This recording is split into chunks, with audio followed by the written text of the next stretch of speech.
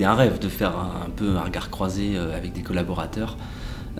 Moi j'avais ça en tête depuis longtemps. Je croyais beaucoup à l'événement à plein de registres. C'est que d'abord je voulais que ceux qui parlent vivent eux-mêmes une expérience. Et puis je voulais que dans l'entreprise on se rende compte en étant dans le public que si lui était capable de faire ça, alors peut-être que moi aussi ça pouvait me donner envie d'avancer. C'était un grand moment d'émotion et puis de fierté de voir des collègues qui osent, quoi. Le fait que les 3 personnes de l'entreprise étaient vraiment dans ce que moi j'appelle le partage de l'aide et sur des registres différents. Quand on est dans le public, on est touché forcément par certains, soit leur personnalité, soit le fond de l'histoire, soit la forme.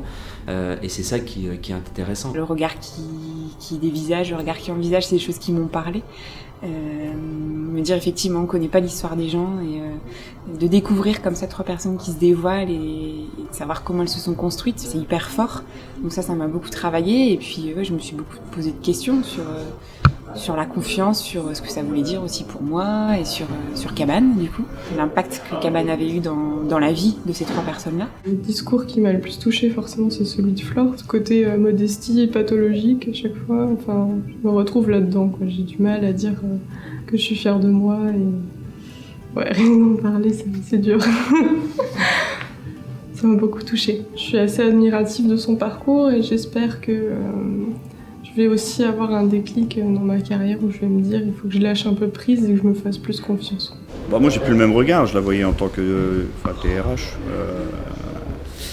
Donc nos rapports en étaient là quoi, et je l'ai découvert un peu plus, c'était un peu plus intime. Moi j'ai complètement découvert Max, parce que Max parle pas beaucoup de lui, donc c'est vrai que c'était une grande découverte pour moi. Il m'a beaucoup touchée en fait. J'ai trouvé ça hyper fort de raconter cette histoire, et je sais ce que ça coûte aussi de raconter tout ça, parce que moi aussi je suis passée par là, et donc voilà, j'ai l'impression qu'on a un point commun maintenant.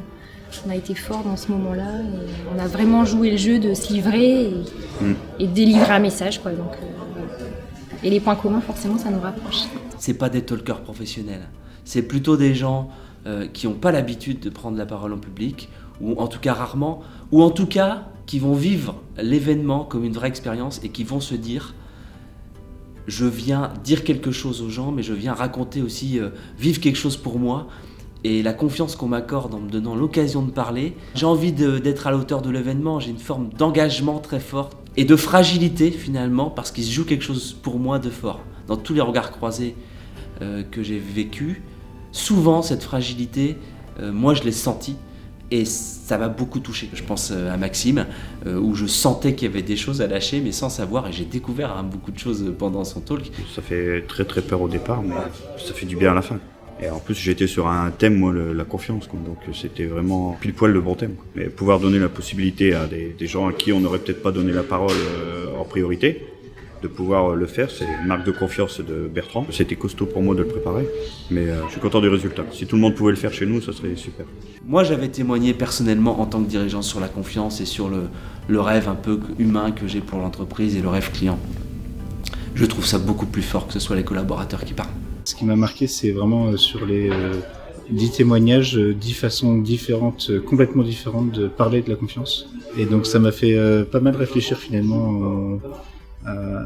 Et moi, c'est quoi la confiance, quoi. Avec Regard Croisé, j'étais à peu près sûr de quelque chose, c'est que les 3 personnes qui allaient parler allaient vivre quelque chose de fort pour eux. Et donc eux-mêmes allaient vivre quelque chose de fort qui allait les faire avancer sur ce chemin de confiance reçue, capacité à donner aussi sa confiance.